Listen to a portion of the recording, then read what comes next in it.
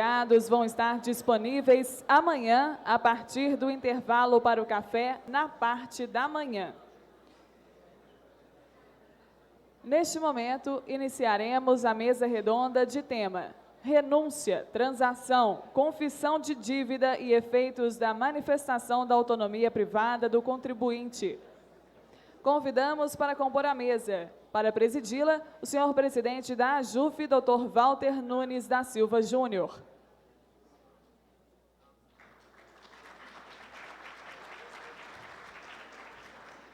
Como debatedora, a senhora diretora da ABRADT, doutora Júnia Roberta Gouveia Sampaio.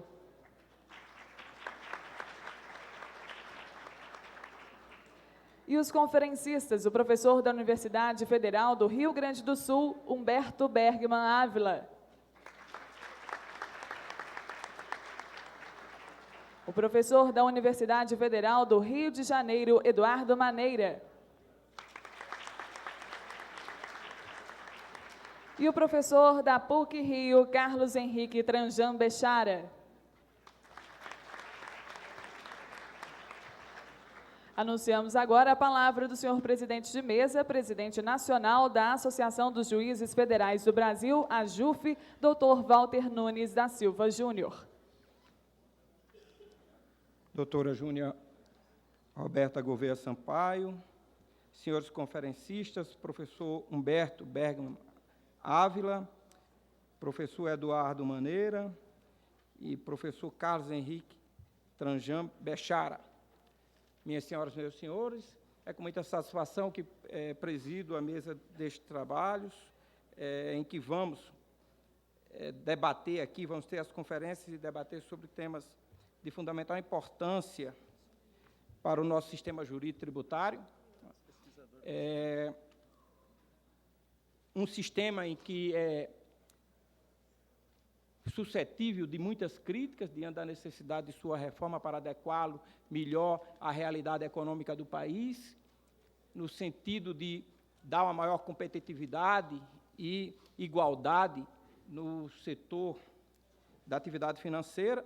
Aí vamos ter aqui como temas a renúncia, a transação, a confissão de dívida e efeitos da manifestação da autonomia privada do contribuinte, ou seja, a questão da transação entre o contribuinte e as negociações do contribuinte com o fisco. É um tema que enseja diversas preocupações, porque isto pode ter alguma interferência quanto a uma concorrência desleal, as empresas que cumprem a carga tributária extremamente excessiva, como nós ouvimos e cheguei a ver no jornal hoje aqui, que de janeiro até agora já tivemos uma arrecadação de 500 bilhões. Isso, se tirarmos que ainda tem a parte da sonegação fiscal, que é muito alta, que uns dizem que representa 20% da carga tributária, outros que é 30%, 40%, e chega quem afirme que chegaria a 50%. Né? Então, esse tema, eu acho, da mais fundamental importância, o seu debate. O primeiro conferencista, o primeiro tema, limites da transação tributária no direito brasileiro, com o professor Humberto Bergman Ávila. O professor Humberto é pesquisador visitante da Harvard Law School dos Estados Unidos, doutor em Direito pela Universidade de Munique, na Alemanha, professor da graduação e pós-graduação da Universidade Federal do Rio Grande do Sul, advogado e parecerista em Porto Alegre, autor de livros publicados no Brasil e no exterior. Professor.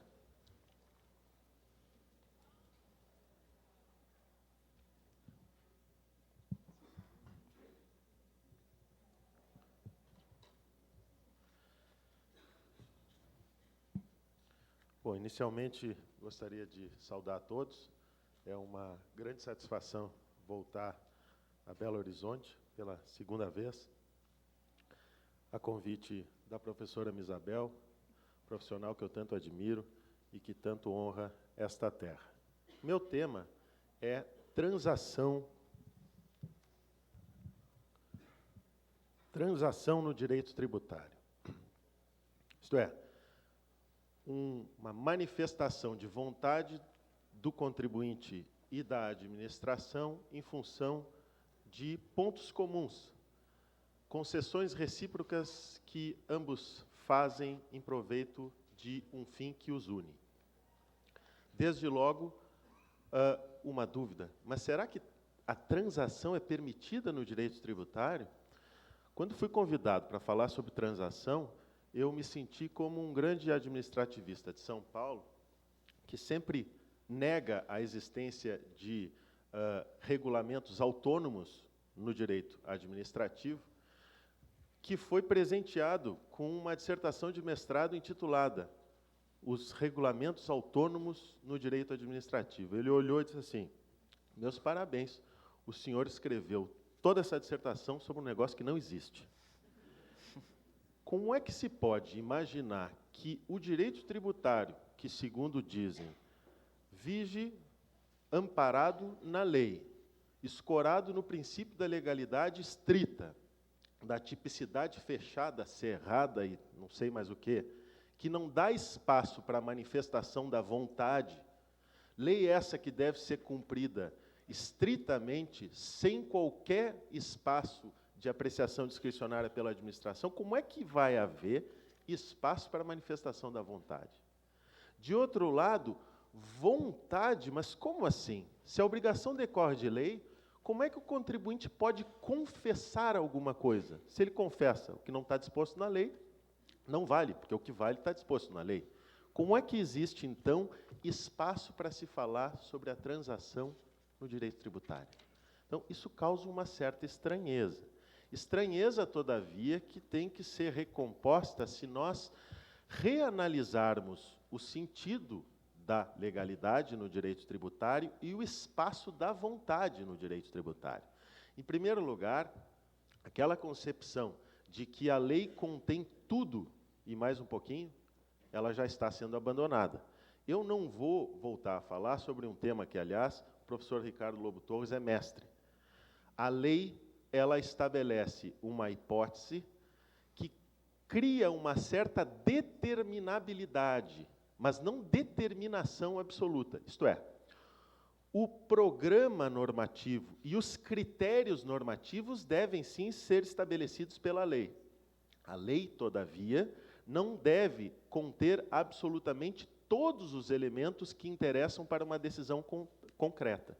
Tanto é assim que o Supremo Tribunal Federal, naquele precedente que julgou a constitucionalidade da contribuição para o sistema de assistência ao trabalhador, considerou que a delegação da lei ao regulamento para definir determinadas prerrogativas administrativas, como, por exemplo, graus de periculosidade em função dos quais a contribuição seria maior ou menor, não violavam a legalidade, porque a lei, disse o Supremo Tribunal Federal, num voto já famoso do ministro Carlos Veloso, hoje ex-ministro do Supremo Tribunal Federal, a lei deve conter o programa, o quadro normativo, mas não todos os elementos exaustivamente considerados, especialmente aqueles elementos cuja concretização depende de apreciação técnica da administração. Moral da história: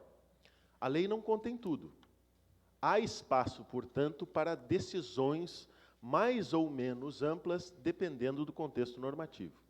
Em segundo lugar, nós também temos um preconceito, em parte correto, relativamente à vontade no direito tributário. Todos nós aprendemos que o direito tributário gira em torno da lei, e isso é ótimo, e a vontade não tem espaço nenhum, muito menos os fatos.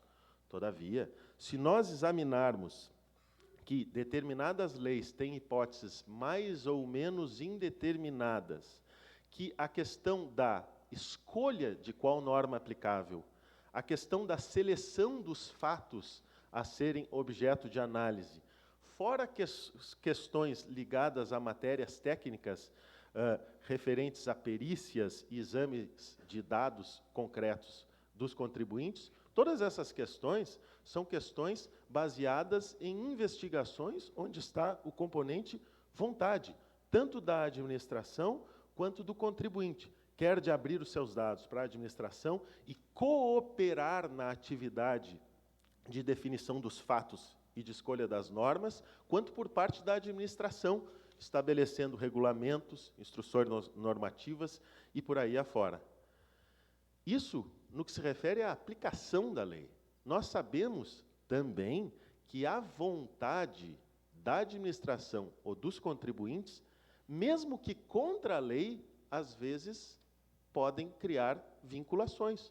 Nós sabemos, por exemplo, que contratos administrativos celebrados, ainda que contrariamente ao estabelecido em lei, mas que criem situações consolidadas que perdurem por longo tempo, terminam vinculando e não podem simplesmente ser desconsiderados, tendo em vista os princípios da proteção da confiança, da boa-fé objetiva.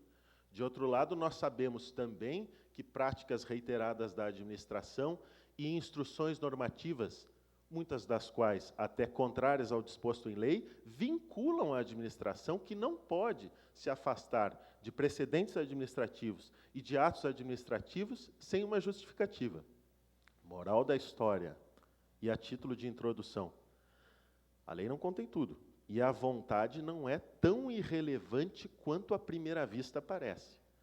Eu não quero dizer, com isso, que a lei deixa de ser importante, longe de mim. O princípio da legalidade está alocado na Constituição e tem, enfim, uma função primordial no direito tributário. O que eu estou querendo dizer apenas é que, no mesmo nível em que se encontra a legalidade, está o princípio da autonomia da vontade. Ombreando com o princípio da legalidade, está o princípio da boa-fé objetiva. Ao lado do princípio da legalidade está o princípio da moralidade. E assim outros princípios que regem a atividade da administração e que ou atuam diretamente na atividade dos particulares ou repercutem na atividade dos particulares, fazendo com que fatos e manifestações concretas de vontade passem a ter relevo jurídico.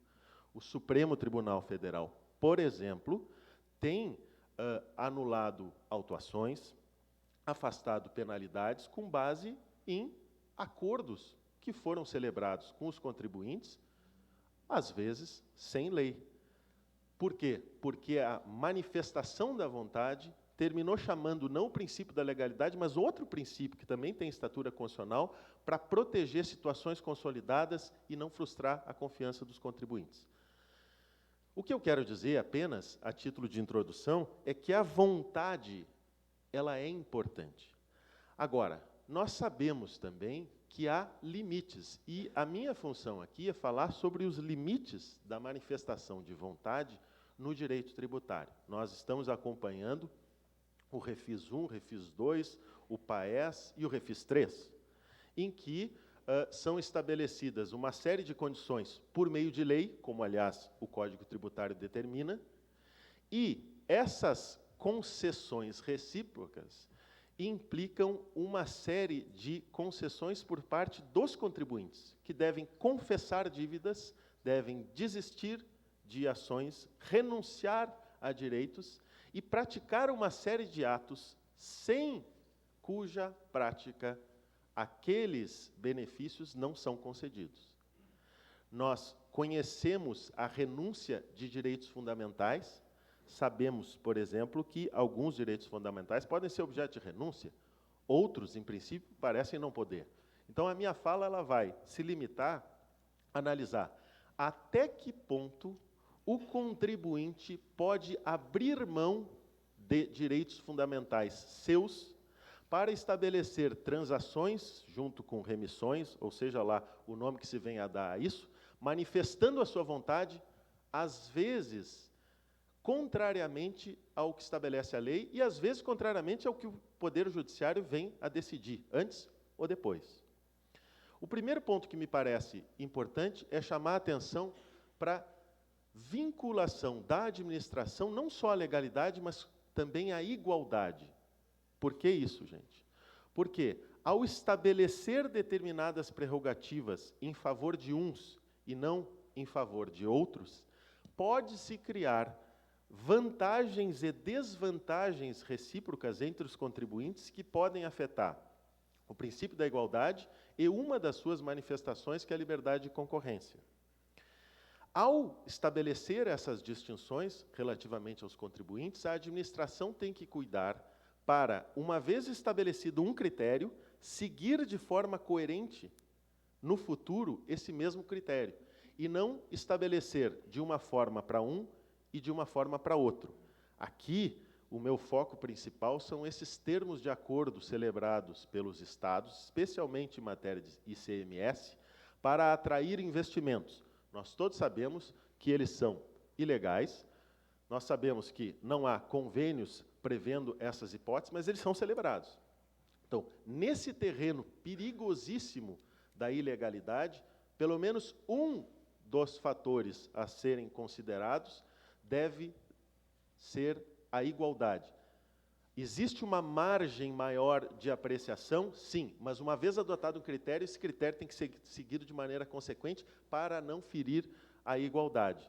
Só se trata diferente o contribuinte se houver uma justificativa para tratar diferente. Caso contrário, aquilo que vem sendo estabelecido para os outros deve ser seguido, salvo se houver uma justificativa para tanto. O mais importante, todavia, é nós verificarmos até que ponto os direitos fundamentais podem ser objeto de renúncia. Pode o contribuinte renunciar ao princípio da universalidade da jurisdição, confessando dívidas e nunca mais poder discuti-las, mesmo que o Supremo venha a declarar sua inconstitucionalidade posterior, mesmo que ele, contribuinte, tenha se enganado e incluído no Refis 2 uma dívida que, enfim, se revelou inexistente? Ele pode abrir mão desses direitos fundamentais, ou os direitos fundamentais, para usar uma linguagem tradicional, são inalienáveis. E inalienáveis neste sentido de que indisponíveis pelo particular. Nesse sentido, eu afastaria duas correntes. Uma corrente que nega que os direitos fundamentais possam ser objeto de renúncia, e uma outra corrente que sustenta que os direitos fundamentais podem ser objeto de completo abandono. Num primeiro momento, o que dizem os autores? Os autores dizem o seguinte: olha, os direitos fundamentais, eles nunca são meramente individuais. São direitos que repercutem na esfera individual, mas dizem respeito necessariamente a questões coletivas. A liberdade nunca é a liberdade egoísta, mas é uma liberdade socialmente engajada. A propriedade nunca é uma propriedade egoísta, mas é uma propriedade que atenda à sua função social. Em resumo, todo direito fundamental, para ser direito fundamental, tem uma vinculação coletiva. E por ter uma vinculação coletiva, não pode ser objeto de renúncia. O exemplo clássico, e talvez mais exagerado de todos, é o exemplo da dignidade humana. A dignidade humana é inviolável e inalienável. Tanto é assim que há decisões que mostram que algumas pessoas não podem, mesmo aceitar se submeter a uma operação de risco para a sua vida, não podem, enfim, colocar a sua vida em risco por outros meios, e não podem se sujeitar a tratamento degradante, mesmo aceitando, mesmo, entre aspas, querendo. O caso clássico, que todos vocês conhecem, mas que eu repito rapidamente, é o caso que foi julgado pelo Tribunal Constitucional francês a respeito do arremesso de anões. Havia uma boate na França que tinha, enfim, a criatividade humana é assim, um divertimento que era anões com uma vestimenta especial eram arremessados de um grupo de pessoas para outro grupo de pessoas à noite numa boate. E dizem quem participava que era um espetáculo ficar arremessando anões de um lado para o outro. Essa brincadeira absurda chamou a atenção das autoridades que levaram o caso para o Tribunal Constitucional. Eu estou, obviamente, resumindo. De um lado, a dignidade do ser humano é indiscutível e não pode ser objeto de disposição, mesmo com aceitação. De outro lado, os anões dizendo, nós temos dificuldade em função das questões que nós imaginamos para conseguir trabalho, e nós temos esse trabalho que nos garante remuneração. E nós gostamos, nós queremos, nós aceitamos, e nós precisamos do dinheiro. O Supremo Tribunal Federal deles disse, não, a dignidade é inalienável, mesmo quem é o destinatário dela e que, em princípio, poderia dela usufruir como bem quisesse, não pode dispor dela dessa forma. E declarou a invalidade desse tipo de contratação. Então, o que está por trás disso? Uma ideia de que os direitos fundamentais têm um vínculo necessariamente institucional, só são garantidos mesmo quando há um interesse público subjacente e a participação do Estado. Participação essa que constitui o direito fundamental, que não existe sem a participação do Estado. Essa é uma concepção, mas existe uma outra. Uma concepção não institucional, mas uma constituição, uma compreensão mais liberal dos direitos fundamentais. Os direitos fundamentais são aqueles que podem ser livremente usados e renunciados e desistidos pelos seus destinatários, porque são direitos de liberdade. Direito fundamental é individual, fora os direitos sociais, que têm uma outra vinculação, os direitos como propriedade, liberdade, trabalho, associação, crença, enfim, manifestação artística, são direitos de natureza individual, cuja concretização não mais pelo Estado deve ser garantida, mas deve ser exercida pelo cidadão, individualmente. E, por isso, ele pode dispor desses direitos fundamentais. Essas duas concepções, elas repercutem para a nossa análise aqui. Afinal de contas, o contribuinte, ele pode ser obrigado a renunciar à proteção do Poder Judiciário, confessando dívidas e assumindo determinados encargos para ter vantagens? Segundo a primeira concepção, ele não pode, porque o direito de proteção do Estado é um direito institucional que transcende a liberdade individual. Para a segunda concepção, não. Se ele assinar aquela confissão que nós todos somos obrigados a ver os nossos clientes assinar, assinou e pronto, não existe mais discussão. Se ele quer assim, ele faz como ele quiser. O que me parece, talvez esteja vingando, inclusive no judiciário brasileiro, é não uma teoria radical num lado, nem para outro lado, mas uma espécie de teoria que se baseia na diferença entre os direitos fundamentais. Há direitos fundamentais que têm uma vinculação social maior, e há direitos fundamentais que não têm uma vinculação social maior. Liberdade de crença, questões ligadas ao trabalho e outras questões têm um apelo individual maior. E, por isso, o grau de disposição do particular frente a esses direitos é também maior. De outro lado, no entanto, existem direitos fundamentais vinculados socialmente ou institucionalmente que representam mais para a sociedade do que para o próprio indivíduo. Ou o exercício individual é um exercício que tem repercussão social superior à sua importância individual. Esses direitos fundamentais não podem ser objeto de renúncia ou precisam de uma justificativa maior. O que a doutrina tem dito é isso. Bens jurídicos elevadamente pessoais podem ser objeto de renúncia. Bens jurídicos com vinculação institucional ou social não podem ser objeto de renúncia. Sobre isso, no entanto, nós precisamos fazer um acordo. Quando se fala em renúncia de direito fundamental, não se está falando da renúncia de todo o direito fundamental, para sempre, em qualquer hipótese e em qualquer situação.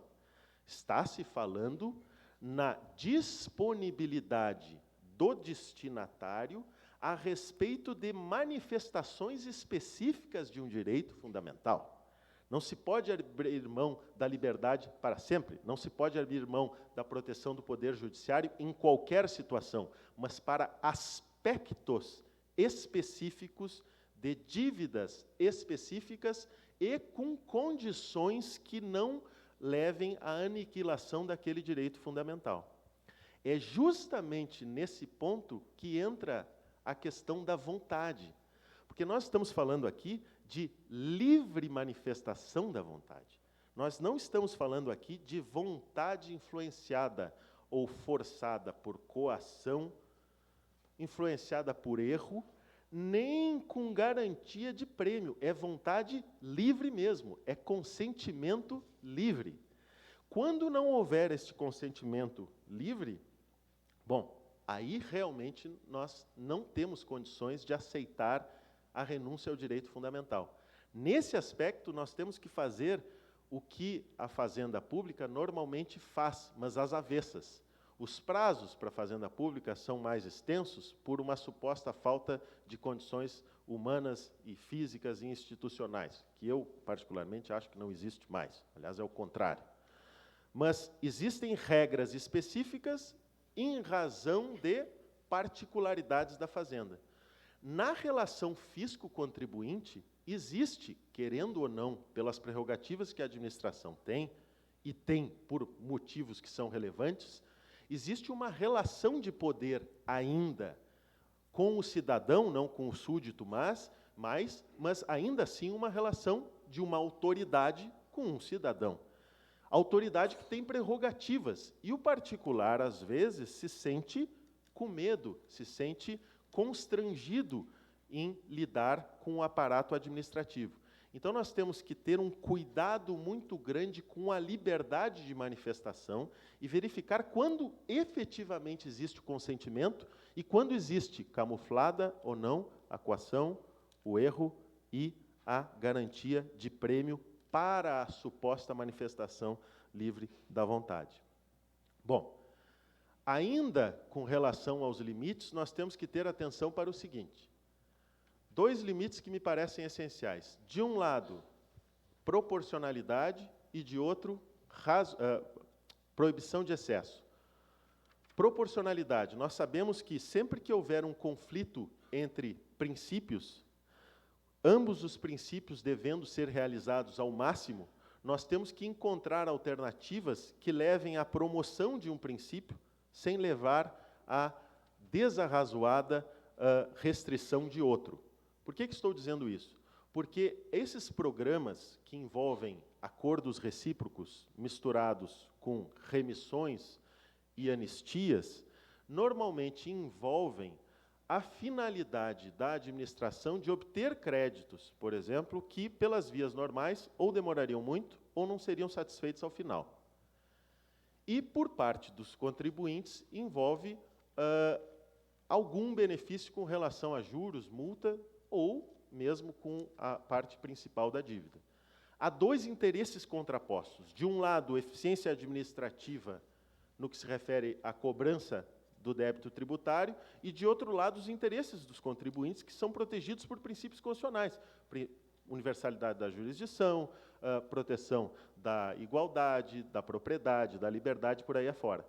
Neste conflito entre princípios, para satisfazer a dívida, mas para garantir os direitos individuais, deve haver um compromisso no sentido de que os meios escolhidos sejam adequados para atingir essa finalidade de sanear as contas públicas, o que aí não haveria nenhum problema, mas, de outro lado, deve haver um compromisso com o encontro de meios que sejam necessários e que não sejam desproporcionais, como tem entendido o Supremo Tribunal Federal. O que significa o seguinte: quer-se cobrar as dívidas e faz-se uma negociação, que tem que ser estabelecida em lei, em virtude da qual são feitas concessões recíprocas. Eu abro mão disso em favor daquilo. Sempre que houver esse tipo de tratamento, deve-se verificar se não existia um outro meio igualmente eficaz para atingir as finalidades públicas de saneamento das contas públicas, com restrição mais suave dos direitos fundamentais. Porque, se houver este outro meio, como o Supremo Tribunal Federal entende que deve haver um compromisso de eficácia dos direitos fundamentais que devem ser protegidos ao máximo, este outro meio deve ser escolhido. E, por fim, deve-se verificar se, entre as vantagens adotadas e as desvantagens que são criadas, não existe mais desvantagem, do ponto de vista valorativo constitucional, do que desvantagem. Este é o ponto. E, por fim, gente, nós temos que cuidar o seguinte: os direitos fundamentais não podem e o Supremo Tribunal Federal também tem decisões nesse sentido, ser restringidos no seu núcleo essencial. Há uma teoria sobre a qual não poderia falar por angústia de tempo, no sentido de que todo direito fundamental pode ser compreendido metaforicamente como uma espécie de círculo, dentro do qual existem círculos concêntricos menores até um núcleo. Núcleo esse, sem cuja realização o direito fundamental perde totalmente o sentido. Nesse sentido, os direitos fundamentais até podem ser objeto de restrição, nessas coroas até o núcleo essencial. Mas este núcleo essencial não pode ser objeto de restrição. Nesse sentido, nós teríamos que ver se todas essas transações efetivamente não comprometem aquilo que é essencial em dois sentidos: para os direitos fundamentais e para o direito fundamental especificamente considerado. Como assim para os direitos fundamentais? O que é um direito fundamental? É um direito fundamental de proteção do indivíduo contra o Estado. Além de outras eficácias, essa é a eficácia principal dos direitos de liberdade e propriedade, especialmente no Brasil de hoje.